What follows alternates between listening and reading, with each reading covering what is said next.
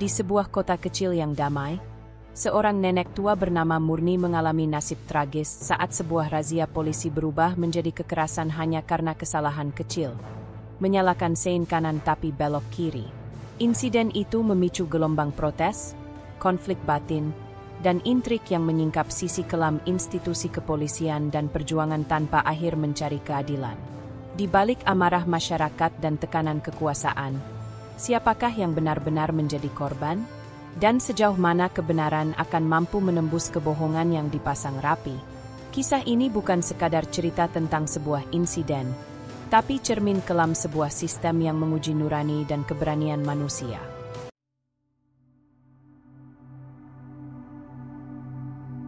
Langit kota Suryalaya pagi itu terlihat redup, seolah menyimpan firasat yang tak enak. Kabut tipis menggantung di udara, dan embun masih setia menempel di ujung-ujung daun ketika Murni menuntun motornya keluar dari halaman rumah kontrakan kecilnya. Ia mengenakan kerudung pudar warna biru laut dan jaket tipis yang warnanya sudah mulai luntur. Tangannya yang kurus menggenggam erat keranjang belanja dari rotan, berisi beberapa ikat bayam, kangkung, dan seikat kecil pisang hasil panen dari kebun belakang rumah Pak Hashim. Jam baru menunjukkan pukul 5.30 pagi. Suara azan subuh sudah lama berlalu dan sebagian besar warga mulai keluar rumah. Jalan kecil di depan rumah Murni sudah dipadati anak-anak sekolah dan pekerja kantoran yang tergesa-gesa. Ia menyalakan mesin motor tua peninggalan suaminya yang sudah wafat 5 tahun lalu. Satu-satunya kendaraan yang ia miliki, satu-satunya warisan. "Assalamualaikum, Nek Murni," sapa Ibu Tatik dari rumah sebelah sambil menyapu halaman. Suaranya nyaring seperti biasa.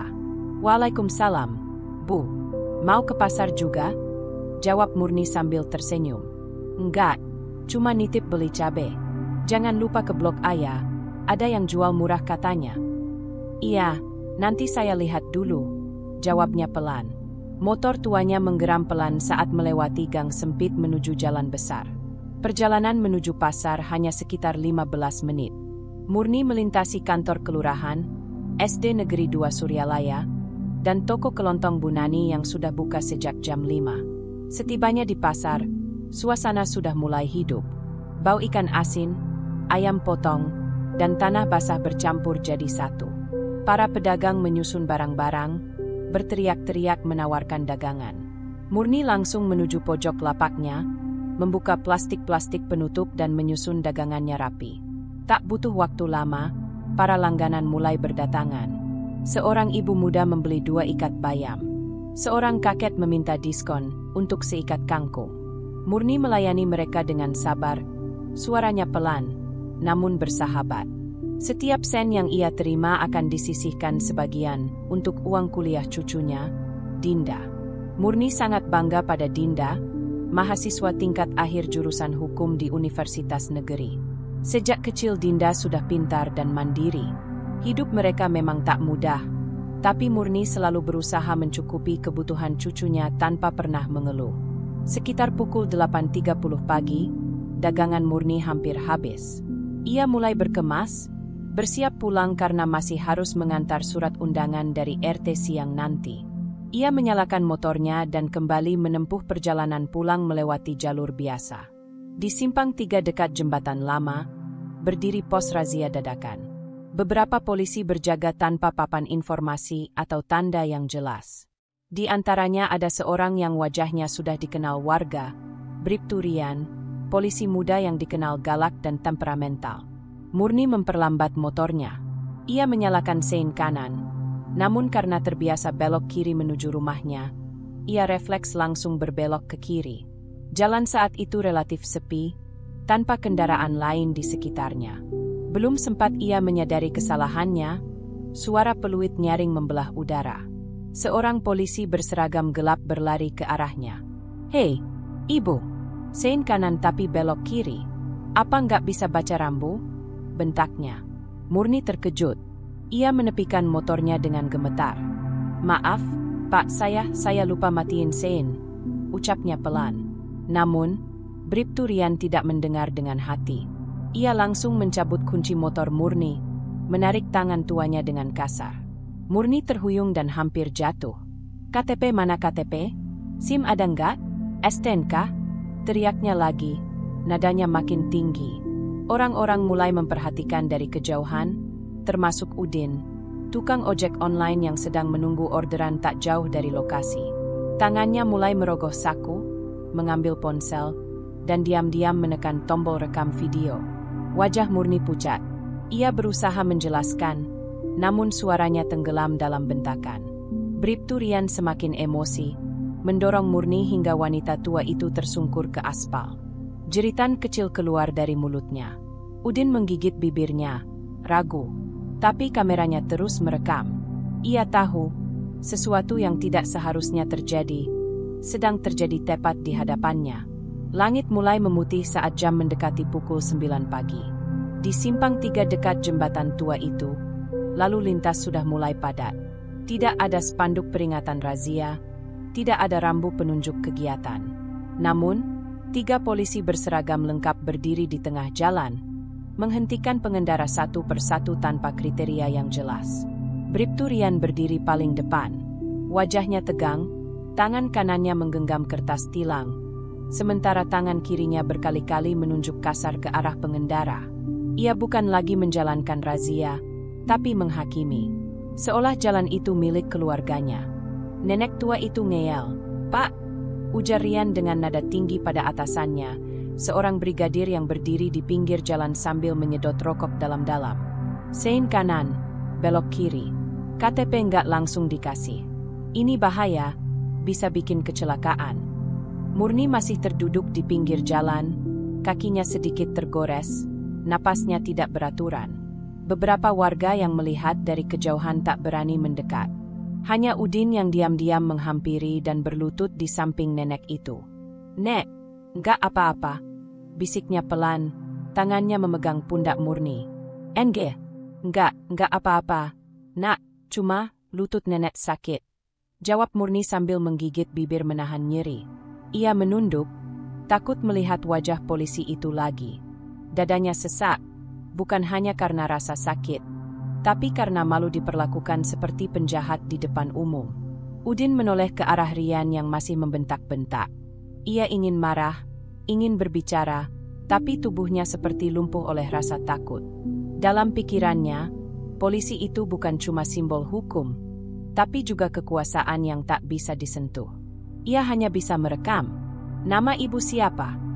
tanya Rian dengan nada tinggi sambil membuka buku tilangnya. "Murni, Pak," jawab nenek itu lirih. "SIM ada?" "Nggak punya, Pak. Saya cuma ke pasar." "Kalau nggak punya SIM, nggak usah naik motor dong. Nanti saya tahan ini motornya." "Pak, ini saya cuma antar sayur saya." "Udah, jangan banyak alasan," bentaknya, lalu melangkah ke arah motornya dan mencabut kunci kontak. Ia mengangkat motor tua itu dengan kasar ke pinggir jalan. Beberapa menit kemudian, datang mobil patroli dari arah seberang. Dari dalamnya keluar 2 polisi lainnya, salah satunya adalah AKP Rahmat, atasan Rian. Pria berkumis tipis itu berjalan cepat, melihat kerumunan kecil yang mulai berkumpul. "Ada apa ini?" tanyanya dengan nada datar. Rian berdiri tegap. Wanita ini melanggar lalu lintas. "Pak, sein kanan tapi belok kiri. Nggak punya SIM. Saya tindak sesuai prosedur." Rahmat menatap nenek Murni yang kini berdiri sambil berpegangan pada tiang listrik. Pakaiannya berdebu, lututnya lecet, dan wajahnya sayu. Rahmat mendekat. "Ibu dari mana?" "Saya jualan di pasar, Pak," jawab Murni pelan. Rahmat mendesah panjang. Ia menoleh ke arah Rian, lalu memanggilnya menjauh dari kerumunan. Suara mereka pelan, tapi cukup terdengar oleh Udin yang berdiri tak jauh dari mereka. "Kamu tadi pukul ibu itu?" tanya Rahmat. "Enggak, Pak. Saya cuma tarik motor dan..." "Ya, ibu itu jatuh sendiri." Rahmat menatap mata anak buahnya. "Kamu tahu nggak ini kalau sampai viral, kita bisa kena masalah besar." Rian terlihat gelisah. Saya cuma menegakkan aturan, Pak." Rahmat tidak langsung menjawab. Ia memejamkan mata sejenak, lalu memanggil 2 polisi lainnya. "Bawa ibu ini ke pos. Jangan terlalu kasar. Catat identitasnya, tapi jangan ditahan." Saya akan bicarakan ini nanti. Udin, yang masih berdiri di sana, menyimpan ponselnya dalam saku. Videonya sudah cukup panjang. Ia tahu ini akan jadi bahan pembicaraan panas, atau bisa jadi senjata berbahaya. Ia ingin membantu, tapi tak yakin bagaimana caranya. Beberapa warga mulai berbisik-bisik. Salah satu dari mereka adalah Pak Hashim yang kebetulan lewat saat itu. Polisi sekarang makin ngawur, gumamnya sambil menggeleng pelan. Nenek itu cuma salah sein, masa diperlakukan kayak maling. Namun bisik-bisik itu tak berkembang jauh. Polisi tetap polisi, kuat dalam diam. Hari itu, razia tetap berlangsung. Murni dibawa ke pos sementara untuk diberi pembinaan. Motornya diamankan. Tidak ada surat tilang, tidak ada berita resmi. Namun di dunia maya, kejadian itu baru akan meledak. Dalam ponsel Udin, video berdurasi 2 menit 15 detik itu siap untuk diunggah dan mengguncang banyak pihak yang tak pernah menyangka sebuah kesalahan kecil bisa memicu badai besar. Hari itu, setelah kejadian di razia, Udin duduk di sudut warung kopi pinggir jalan. Tangannya masih gemetar memegang ponsel. Video yang baru saja direkamnya memperlihatkan sosok nenek Murni yang jatuh tersungkur, wajahnya penuh ketakutan dan kesakitan. Sementara seorang polisi muda, Bribtu Rian, terlihat marah-marah sambil menarik kunci motor nenek itu. Udin tahu, merekamnya saja sudah berani, apalagi mengunggah video tersebut ke media sosial. Jantungnya berdebar tak karuan, takut kalau video itu akan membuat masalah besar bagi dirinya atau nenek Murni. Namun suara hatinya berkata, ini harus dibagikan. Orang-orang perlu tahu kejadian sebenarnya. Dengan tangan gemetar, ia membuka aplikasi media sosial dan mulai mengunggah video itu. Tak lupa ia menulis keterangan singkat. Nenek tua dihajar polisi karena sein kanan tapi belok kiri. Kejadian di razia hari ini di Suryalaya. Tolong sebarkan, keadilan harus ditegakkan. Dalam hitungan menit, video itu mulai mendapatkan respons. Beberapa orang membagikan ulang, ada yang memberi komentar marah, ada pula yang penasaran ingin tahu detailnya. Sementara itu, di rumah Murni, Dinda, cucu nenek itu, sedang bersiap-siap untuk kuliah. Ponselnya tiba-tiba berdering tanpa henti dengan pesan masuk dan notifikasi yang makin banyak. Teman-teman kampus, keluarga, bahkan orang-orang asing mulai mengirimkan tautan video yang viral. Dinda membuka video itu dengan mata yang membesar. Ia tidak menyangka neneknya menjadi korban perlakuan kasar hanya karena kesalahan kecil yang seharusnya bisa diselesaikan dengan cara baik. Hatinya pun sakit melihat wajah nenek yang selama ini kuat, kini tampak lemah dan terluka. Tanpa membuang waktu, Dinda menghubungi neneknya lewat telepon. "Nek, kamu baik-baik saja?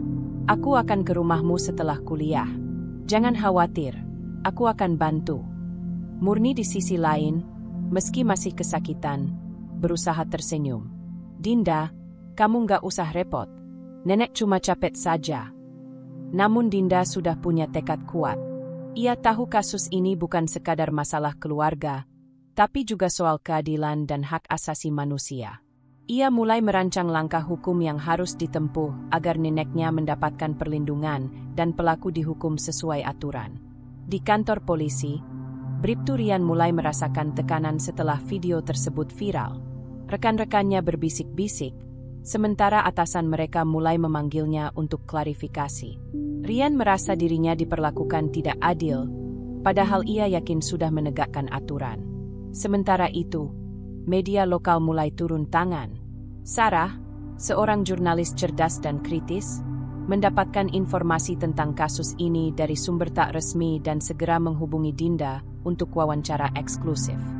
Dalam waktu singkat, berita tentang nenek Murni yang dihajar polisi menyebar luas, menjadi perbincangan hangat di berbagai kalangan masyarakat. Dari warung kopi sampai kampus, dari pasar tradisional sampai kantor pemerintah, semua membicarakan kejadian yang tak masuk akal ini.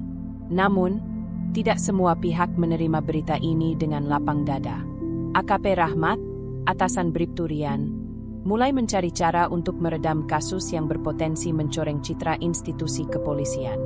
Sementara Udin, yang merekam video itu, mulai menerima ancaman lewat pesan singkat agar mencabut video tersebut.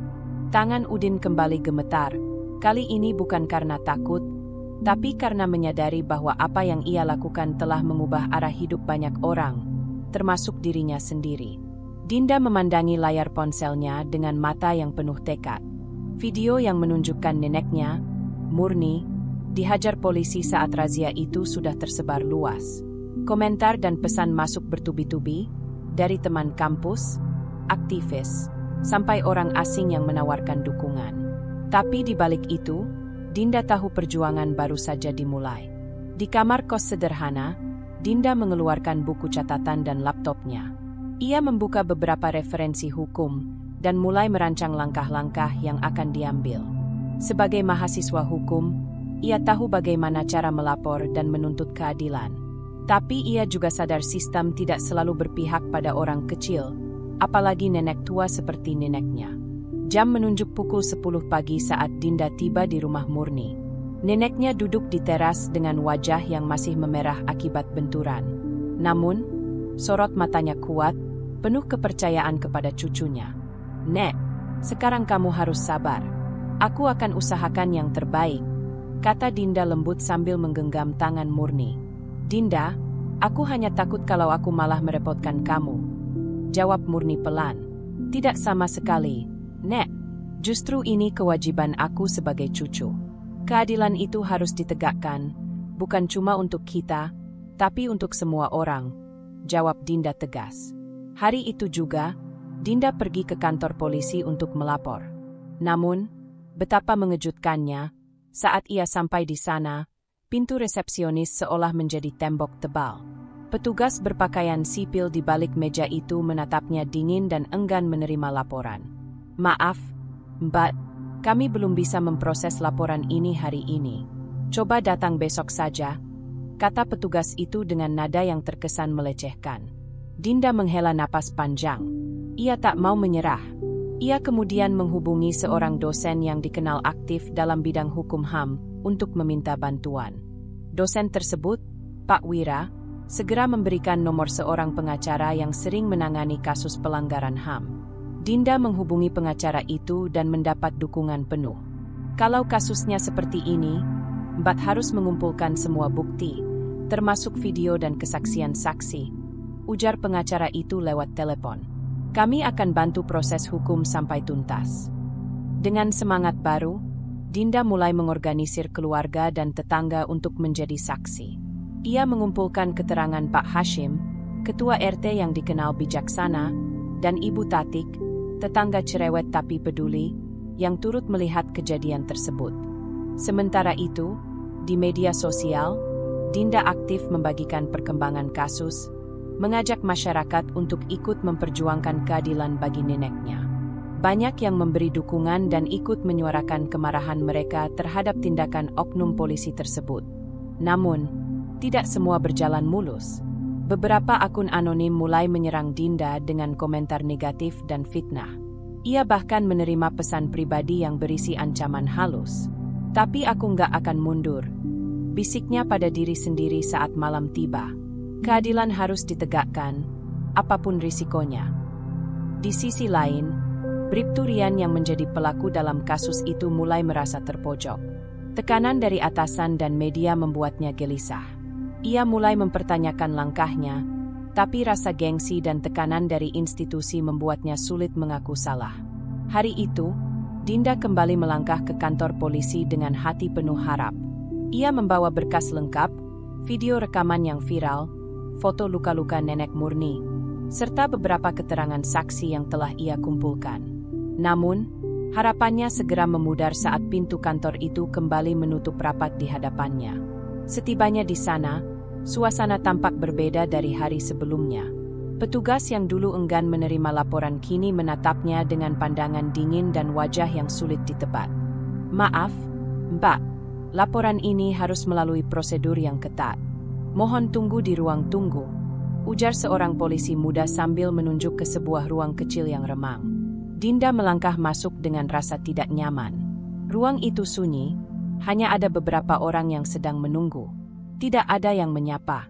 Ia duduk, membuka laptop dan mulai menulis pengaduan secara resmi melalui aplikasi internal kepolisian yang baru dikenalnya. Setelah beberapa jam menunggu, seorang perwira berpangkat AKP Rahmat masuk ke ruang itu. Tatapannya dingin namun terkontrol. Ia mendekati Dinda, duduk di depannya dengan sikap diplomatis namun tegas. "Mbak Dinda, kami mengerti kekhawatiran dan keluhan keluarga. Namun, prosedur hukum harus berjalan sesuai aturan," katanya pelan tapi jelas. "Kasus ini sudah kami tindak lanjuti dan sedang dalam proses penyelidikan internal." Dinda menatap tajam, menahan amarah yang menggelora. "Pak AKP, saya sudah membawa bukti yang cukup. Kenapa tidak ada tindakan tegas terhadap Bribtu Rian? Ini bukan kesalahan kecil." Rahmat menghela napas panjang. "Saya mengerti posisi Mbak. Namun, jangan lupa, institusi kami juga punya prosedur dan mekanisme yang harus dijaga demi ketertiban. Apakah itu berarti nenek saya bisa terus dibiarkan menderita tanpa keadilan?" tanya Dinda dengan suara bergetar. Rahmat tersenyum tipis, mencoba meredakan suasana. "Ini bukan soal membiarkan, tapi memastikan proses berjalan benar. Saya harap Mbak sabar dan percaya pada sistem." Dinda keluar dari kantor polisi dengan perasaan campur aduk, kecewa, marah, tapi juga semakin gigih. Ia tahu tembok birokrasi di kantor polisi sangat tebal, penuh dengan ketidakpastian dan permainan kekuasaan yang sulit ditembus. Di luar kantor, wartawan lokal, Sarah, sudah menunggu dengan kamera dan catatan di tangan. Ia mendekati Dinda dan mulai mengajukan beberapa pertanyaan yang tajam, mencoba menggali sisi lain dari kasus tersebut. "Bagaimana perasaan Mbak tentang respons polisi selama ini?" tanya Sarah. "Respon mereka lambat dan penuh alasan. Tapi saya tidak akan berhenti sampai nenek saya mendapatkan keadilan," jawab Dinda dengan tegas. Sarah mengangguk, lalu menjanjikan akan terus mengikuti perkembangan kasus ini. Liputannya nanti akan membantu memperkuat suara Dinda dan membuka mata masyarakat tentang ketidakadilan yang terjadi. Sementara itu, di dalam kantor polisi, AKP Rahmat mulai berkoordinasi dengan bawahannya untuk meredam kasus ini. Ia memerintahkan agar Bribtu Rian diamankan dan diberikan pembinaan, serta meminta agar kasus ini tidak sampai mencoreng citra kepolisian secara luas. Jaga situasi tetap terkendali, perintah Rahmat dalam rapat kecil dengan para perwira. Namun, di balik usaha meredam itu, tekanan dari masyarakat dan media justru makin membesar. Kasus yang awalnya dianggap sepele kini menjadi sorotan nasional. Dinda sadar, perjuangannya akan semakin berat. Tapi ia tidak akan mundur. Ia tahu, tembok sunyi di kantor polisi hanyalah satu dari banyak rintangan yang harus dilaluinya untuk menegakkan kebenaran. Kabar tentang kekerasan yang dialami nenek Murni menyebar luas, tidak hanya di kota kecil Suryalaya, tapi hingga ke ibu kota dan media nasional. Berita yang awalnya hanya tersebar di media sosial kini mulai diangkat oleh wartawan profesional. Salah satunya adalah Sarah, jurnalis lokal yang tak kenal lelah mencari kebenaran. Pagi itu, Sarah duduk di depan laptopnya di kantor redaksi, mengetik dengan penuh konsentrasi. Ia mewawancarai Dinda lewat telepon, menanyakan detail kejadian, kondisi Murni, dan langkah hukum yang telah diambil keluarga. Semua jawaban Dinda dikemas dengan rapi dalam artikel yang tajam dan menyentuh. Kasus ini bukan sekadar tentang kekerasan fisik, tapi juga simbol ketidakadilan yang masih kerap terjadi di masyarakat kita, tulis Sarah dalam kolomnya. Tak lama setelah artikel tersebut terbit, gelombang reaksi pun muncul. Komentar pembaca membanjiri laman berita, banyak yang mengecam tindakan anggota polisi yang memukuli nenek tua. Banyak pula yang berbagi pengalaman serupa, memperlihatkan bahwa kasus Murni bukanlah satu-satunya. Di sisi lain, berita ini memicu diskusi hangat di berbagai forum dan media sosial. Hashtag keadilan untuk Murni menjadi trending topik di Twitter dan Instagram. Dinda yang terus aktif di media sosial ikut menyebarkan artikel Sarah dan membagikan update tentang kondisi neneknya serta proses hukum yang sedang berjalan. Ia merasakan dukungan yang menguat dari masyarakat luas, termasuk aktivis, mahasiswa, dan kelompok HAM. Namun, semakin banyak perhatian publik, Tekanan terhadap polisi juga semakin besar. Di markas kepolisian, AKP Rahmat memanggil rapat khusus dengan para perwira untuk membahas langkah strategis mengatasi isu ini. Kita harus menjaga citra institusi, katanya tegas. Berita ini sudah beredar luas. Kita tidak boleh lengah. Sementara itu, Bribtu Rian yang semakin terpojok mulai merasakan tekanan mental. Ia mulai menarik diri dari tugas lapangan dan lebih banyak menghabiskan waktu di ruang kerjanya. Namun tekanan tidak berhenti di situ. Media dan masyarakat menuntut tindakan nyata, bukan sekadar klarifikasi yang berbelit. Di kampus, Dinda mengorganisir diskusi dan seminar kecil bersama teman-teman hukum dan aktivis. Mereka membahas isu penyalahgunaan kekuasaan dan pentingnya perlindungan hak asasi manusia. Kegiatan ini juga menarik perhatian Letkol Budi, seorang anggota TNI yang memiliki anak mahasiswa aktif di demo.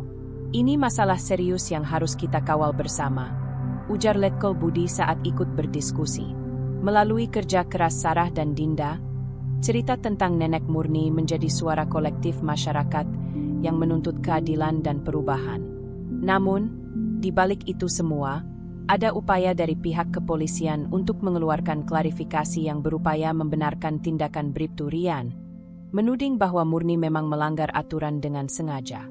Setelah berita viral tentang kejadian yang menimpa Nenek Murni merebak di berbagai media, kepolisian segera mengeluarkan pernyataan resmi sebagai bentuk klarifikasi. AKP Rahmat yang menjadi juru bicara memimpin konferensi pers di kantor polisi Suryalaya. Saudara-saudara sekalian, kami telah menerima laporan terkait insiden di razia lalu, kata Rahmat dengan suara tenang dan terkontrol.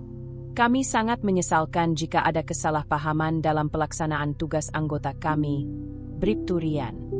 Namun, dalam pernyataannya, AKP Rahmat menekankan bahwa Nenek Murni dianggap melanggar aturan dengan menyalakan sein kanan tapi belok ke kiri, yang bisa membahayakan keselamatan pengguna jalan lain. Kami harap masyarakat memahami bahwa anggota kami hanya menjalankan tugas menjaga ketertiban lalu lintas demi keselamatan bersama. Lanjut Rahmat. Tindakan yang diambil sudah sesuai dengan prosedur. Namun, klarifikasi tersebut menimbulkan perdebatan di publik. Banyak yang menilai pernyataan itu sebagai pembelaan yang berlebihan dan berusaha menutupi kekerasan yang terjadi. Dinda yang menyimak konferensi pers dari ruang tamu rumahnya merasakan amarah yang membara. Ini jelas manipulasi fakta. Nenekku tidak pantas diperlakukan seperti itu hanya karena kesalahan sepele, gumamnya. Sarah, wartawan yang terus mengawal kasus ini, juga menilai pernyataan tersebut sangat diplomatis namun penuh celah. Ia mulai mencari sumber-sumber lain untuk membongkar fakta di balik klaim resmi polisi.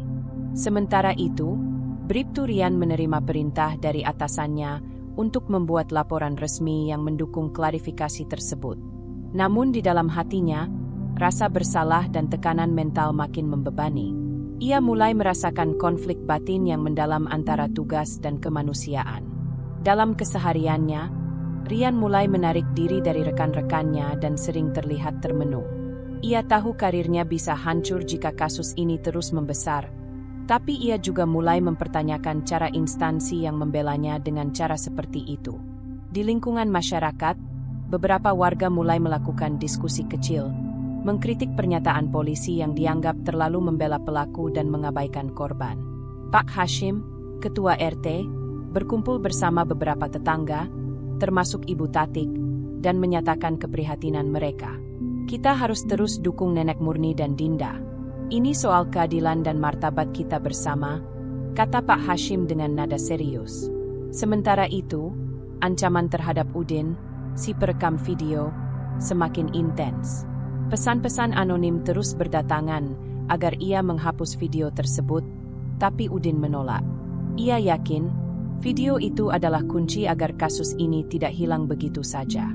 Matahari mulai terbenam ketika Dinda bergabung dengan ratusan mahasiswa dan warga yang berkumpul di depan gedung balai kota.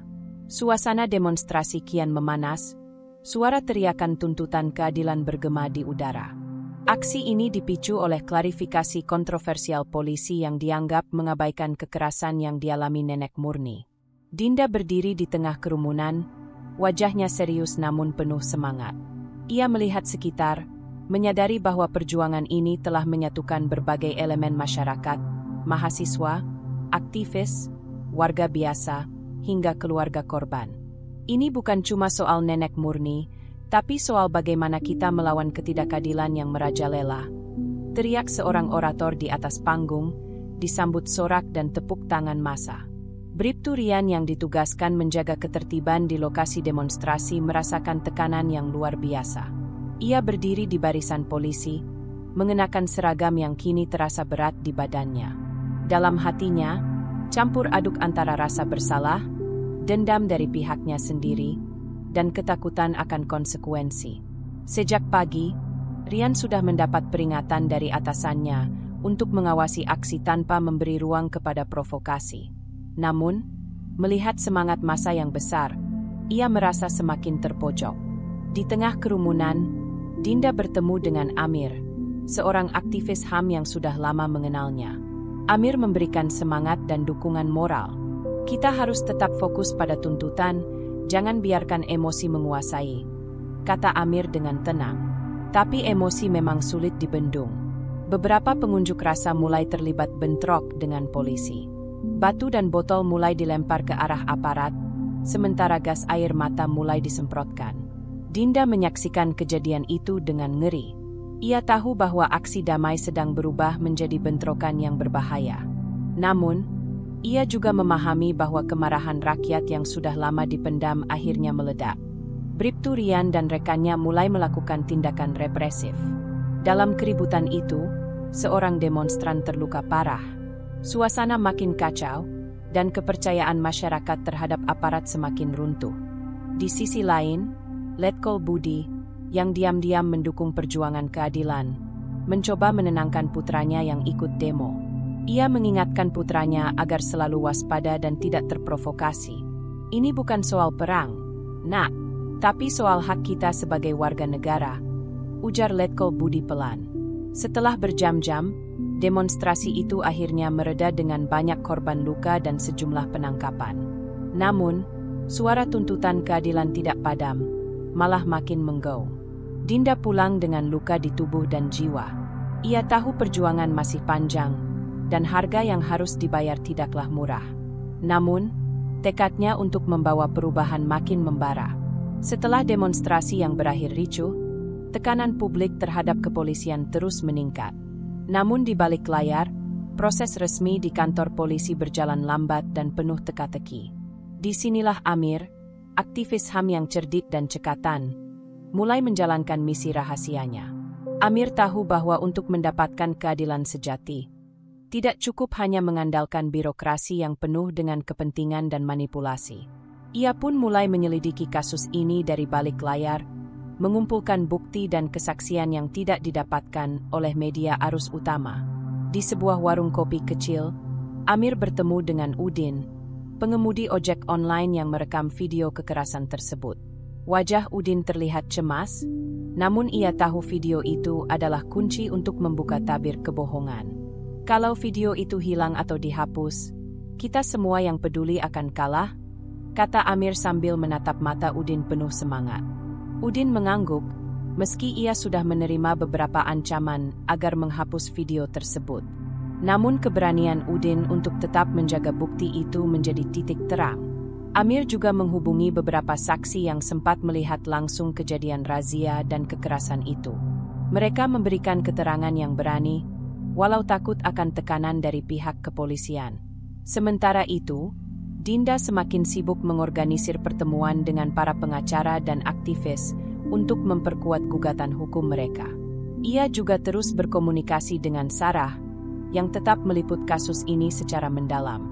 Namun tidak semua pihak mendukung perjuangan mereka.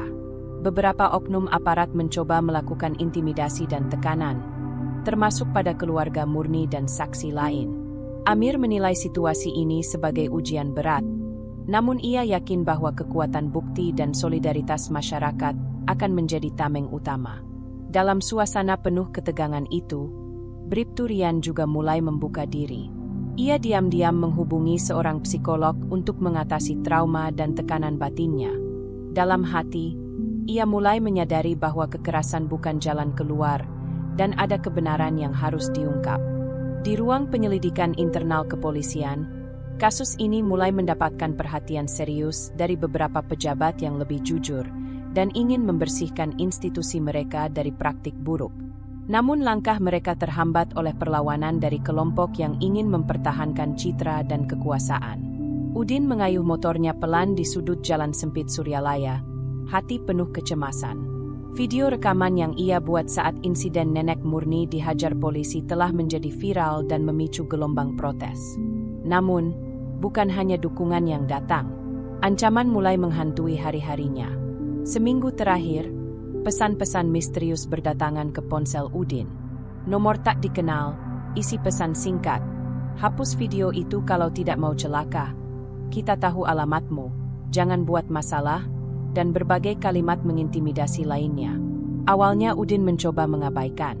Namun ketika dua pria tak dikenal tiba-tiba muncul di depan rumahnya dan mengawasi gerak-geriknya, rasa takut mulai menguasai.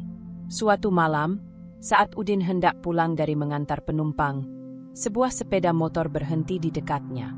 Dua pria berjaket hitam turun dan menghalangi jalan. Kau pikir video itu bisa tetap beredar tanpa konsekuensi? Salah satu dari mereka bertanya dengan nada dingin.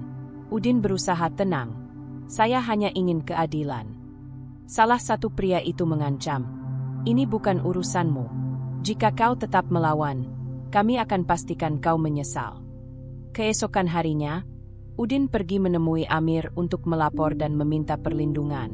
Amir yang sudah memahami situasi langsung menghubungi jaringan aktivis dan pengacara untuk membantu Udin. Kita akan ajukan perlindungan hukum dan koordinasi dengan media agar kasusmu terlindungi, kata Amir penuh keyakinan. Namun tekanan tak berhenti.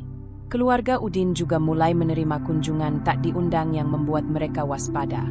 Dinda yang mendengar kondisi Udin merasa marah sekaligus prihatin. Ia bertekad untuk menguatkan semua saksi dan pelapor agar tidak takut. Satu-satunya cara mengalahkan intimidasi adalah dengan solidaritas, ujar Dinda pada teman-temannya.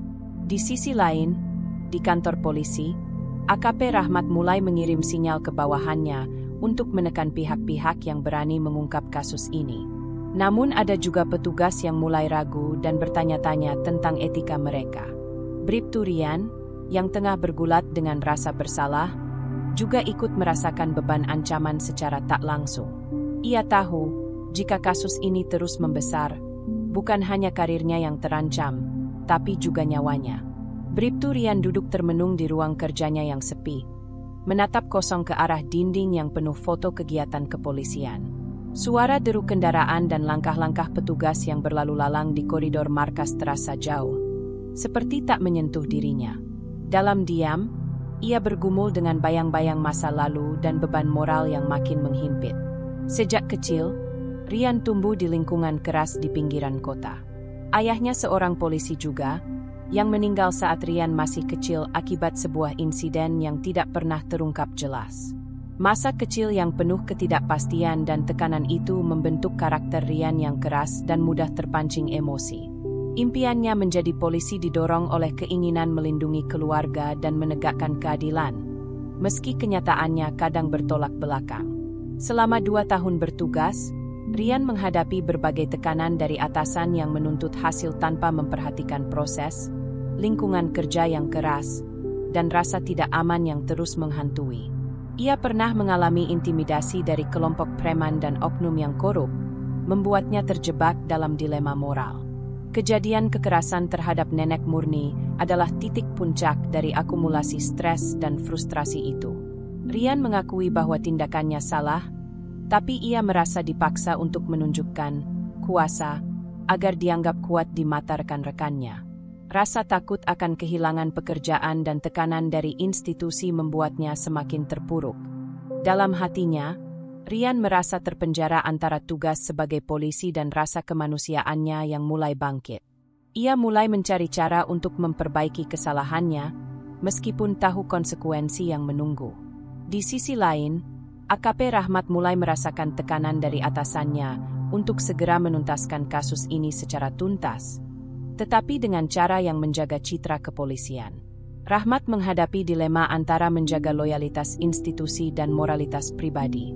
Sementara itu, Dinda dan Amir mulai mendapatkan petunjuk baru dari saksi yang mengetahui sisi lain dari kehidupan Rian. Mereka melihat seorang pria muda yang sesungguhnya ingin berubah tapi terjebak dalam sistem yang keras dan penuh tekanan. Pertemuan rahasia di sebuah kafe kecil mempertemukan Dinda, Amir, dan seorang mantan rekan kerja Rian yang bersedia membocorkan tekanan internal yang selama ini dialami Rian. Informasi ini membuka pandangan baru tentang kompleksitas kasus ini, bahwa kekerasan bukan hanya soal tindakan individu tapi juga sistem yang gagal. Di ruang rapat kantor kepolisian Suryalaya, suasana terasa tegang. AKP Rahmat duduk di kursinya, memandangi berkas-berkas yang tersebar di meja. Telepon genggamnya terus bergetar dengan pesan masuk dari pejabat lebih tinggi yang menginstruksikan penyelesaian kasus Nenek Murni secara cepat dan tertutup. Rahmat sadar betul, ini bukan sekadar soal hukum atau moral. Ini tentang mempertahankan citra institusi yang sudah tercoreng. Tekanan politik dan ekonomi mengalir deras di belakang layar, menuntut agar kasus ini diakhiri tanpa membuat geger lebih jauh. Dalam rapat itu, Rahmat mengusulkan solusi yang kontroversial, mengatur uang damai untuk menutup mulut keluarga Murni dan menghindari proses hukum yang bisa menjerat anggota polisi Bribtu Rian. Ini demi kepentingan bersama, agar institusi tetap solid. Rahmat menjelaskan dengan nada diplomatis kepada para pejabat yang hadir. Namun ide ini tidak diterima dengan mudah. Beberapa anggota kepolisian mulai meragukan arah yang diambil, sementara aktivis dan pengacara dari pihak korban terus menuntut transparansi dan keadilan yang sejati. Dinda yang terus memantau perkembangan dari luar, merasa geram mengetahui adanya upaya untuk menutupi kasus dengan cara-cara tidak etis. Bersama Amir, mereka menyiapkan strategi hukum dan kampanye publik untuk menolak segala bentuk damai yang dibayar dengan pengorbanan kebenaran. Tidak ada kompromi untuk keadilan, tegas Dinda dalam pertemuan dengan timnya. Sementara itu, AKP Rahmat menghadapi dilema besar. Tekanan dari atas membuatnya harus memilih antara mempertahankan loyalitas pada institusi atau mendengarkan suara hati yang mulai terganggu oleh rasa bersalah. Di balik layar, sejumlah oknum kepolisian dan pejabat berusaha mempengaruhi saksi dan saksi ahli agar bersikap mendukung narasi resmi. Namun, keberanian para saksi dan kekuatan bukti yang dikumpulkan oleh Amir dan Dinda membuat upaya itu tidak mudah berjalan mulus. Dalam suasana yang penuh ketegangan, masyarakat mulai menyadari bahwa keadilan bukan hanya soal hukum, tapi juga tentang integritas dan keberanian menghadapi kepentingan yang lebih besar. Kota Suryalaya dipenuhi warna dan suara yang menggelegar. Ribuan warga turun ke jalan, membawa spanduk dan poster bertuliskan tuntutan keadilan bagi Nenek Murni. Demonstrasi yang semula hanya diikuti mahasiswa kini meluas ke seluruh lapisan masyarakat, petani, pedagang, hingga pegawai negeri. Dinda berdiri di tengah kerumunan, memimpin orasi dengan lantang. Ia tahu bahwa suara mereka di jalanan adalah bentuk pengadilan rakyat atas ketidakadilan yang dialami Nenek Murni dan banyak korban lainnya. Ini bukan hanya soal Murni, tapi soal bangsa yang kita cintai, teriak Dinda, suaranya bergema di antara deru massa. Di sisi lain, polisi tampak berjaga dengan ketat, dipimpin oleh AKP Rahmat yang mencoba menjaga agar aksi tidak berubah menjadi kerusuhan. Namun, tekanan dari dalam institusi membuatnya semakin sulit mengendalikan situasi. Bribtu Rian, yang masih mengenakan seragamnya, berada di garis depan pengamanan. Wajahnya terlihat lelah dan penuh penyesalan. Ia tahu, ini adalah saat di mana publik menuntut pertanggungjawaban yang nyata, bukan sekadar klarifikasi palsu. Demo berubah menjadi semacam pengadilan jalanan. Warga meminta agar Bribtu Rian dan para pelaku kekerasan diadili dengan adil dan terbuka. Mereka mendesak agar sistem hukum tak lagi melindungi oknum yang menyalahgunakan kekuasaan. Sarah, wartawan lokal yang terus mengikuti perkembangan kasus, meliput langsung suasana aksi. Ia mewawancarai berbagai pihak dan menyebarkan fakta tanpa bias, memberikan suara kepada rakyat yang selama ini terpinggirkan. Sementara itu, di ruang sidang, pengadilan formal mulai mempersiapkan berkas-berkas yang diajukan oleh pihak keluarga Murni dan aktivis. Meski proses hukum berjalan lambat, tekanan dari masyarakat memaksa agar pengadilan ini tak bisa diabaikan. Dalam masa-masa penuh gejolak ini, solidaritas antar warga semakin kuat. Mereka bergandengan tangan, berikrar untuk terus berjuang sampai keadilan ditegakkan. Kegaduhan demonstrasi telah mulai mereda, namun gema tuntutan keadilan masih menggema di seluruh sudut kota Suryalaya. Di ruang sidang yang dingin dan formal, proses hukum terhadap Bribtu Rian berjalan lambat. Berkas perkara menumpuk, saksi dipanggil satu persatu, namun suasana tetap terasa berat oleh tekanan dan kepentingan yang membayangi. Secara resmi, putusan belum jatuh. Namun, di balik tirai ruang pengadilan, ada keputusan yang sudah diambil tanpa pengumuman publik. Bribtu Rian dimutasi ke daerah terpencil, jauh dari pusat perhatian, sebagai bentuk penyelesaian, diam-diam, kasus ini. AKP Rahmat, yang bertanggung jawab atas keputusan itu, menilai ini sebagai solusi terbaik agar kegaduhan tidak berlanjut. Ia berharap mutasi tersebut akan menjadi pelajaran bagi Rian dan menghindari kerusakan lebih lanjut pada citra institusi. Namun bagi Dinda, Amir, dan masyarakat yang sudah bersuara lantang, mutasi itu bukanlah keadilan. Mereka melihatnya sebagai bentuk pengalihan masalah dan pembungkaman atas kesalahan nyata yang harus dipertanggungjawabkan secara terbuka. Murni, nenek tua yang menjadi pusat kisah ini, tetap gigih menjalani hari-harinya. Meski tubuhnya masih membawa luka fisik dan batin, ia memilih untuk kembali berdagang sayur di pasar. Di balik senyumnya yang sederhana, tersimpan rasa kecewa yang dalam. Dinda berhasil menyelesaikan studinya dan berjanji akan terus memperjuangkan keadilan tidak hanya untuk neneknya, tapi untuk semua yang tertindas. Ia sadar, luka yang ditinggalkan kasus ini belum akan mudah hilang. Masyarakat mulai bangkit dari keterpurukan, namun kesadaran bahwa sistem hukum dan institusi masih harus diperbaiki tetap membekas kuat. Kasus ini menjadi pelajaran berharga dan pemantik perubahan, meski melalui jalan yang penuh liku. Pasar Suryalaya kembali pada rutinitasnya. Suasana pagi yang sibuk, pedagang berteriak menjajakan dagangan, dan pembeli yang lalu lalang. Di antara keramaian itu, Murni, nenek tua yang pernah jadi pusat perhatian, duduk di pojok lapaknya, mengatur sayuran dengan tangan yang masih sedikit gemetar. Meski tubuhnya sudah tidak sekuat dulu, semangatnya untuk hidup tetap membara. Luka fisik dan mental yang tertinggal dari kejadian itu tak sepenuhnya hilang, namun ia belajar untuk menerima dan melanjutkan hidup. Banyak warga yang datang memberi dukungan, beberapa bahkan ikut membeli dagangannya sebagai tanda solidaritas. Dinda, yang kini telah resmi menjadi sarjana hukum, sering mengunjungi neneknya. Ia bertekad untuk meneruskan perjuangan keadilan yang belum selesai. Di balik senyum dewasa dan pakaian rapihnya, tersimpan tekad kuat untuk melawan ketidakadilan sistemik yang selama ini membelenggu masyarakat. Ini baru permulaan, Nek. Kita tidak boleh menyerah, ucap Dinda suatu sore, sambil menggenggam tangan Murni. Amir tetap aktif sebagai aktivis, memperkuat jaringan dan mendukung korban-korban lain. Pengalaman kasus Murni menjadi motivasi besar untuk terus berjuang di bidang hak asasi manusia. Di sisi lain, Bribtu Rian menjalani hidup baru di tempat tugas barunya yang jauh dari kota. Mutasi yang tidak diinginkan itu memberinya waktu untuk merenung dan memperbaiki diri. Ia mengikuti terapi dan konseling, berharap bisa menebus kesalahannya meski jalan itu masih panjang dan penuh tantangan. Kisah ini menjadi pembelajaran bagi masyarakat Suryalaya bahwa keadilan bukanlah hal yang mudah diraih, dan seringkali penuh dengan kompromi dan perjuangan panjang. Namun, semangat untuk tetap bersuara dan melawan penindasan tidak pernah padam. Dalam hening yang menyelimuti kota itu, ada harapan yang perlahan tumbuh. Harapan bahwa suatu saat, sistem akan berubah, dan keadilan akan benar-benar ditegakkan tanpa pilih kasih.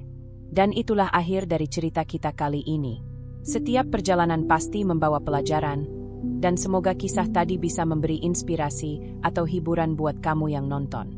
Kalau kamu suka dengan cerita seperti ini, jangan lupa untuk klik tombol like, tinggalkan komentar di bawah, dan tentu saja subscribe biar kamu nggak ketinggalan cerita-cerita seru selanjutnya.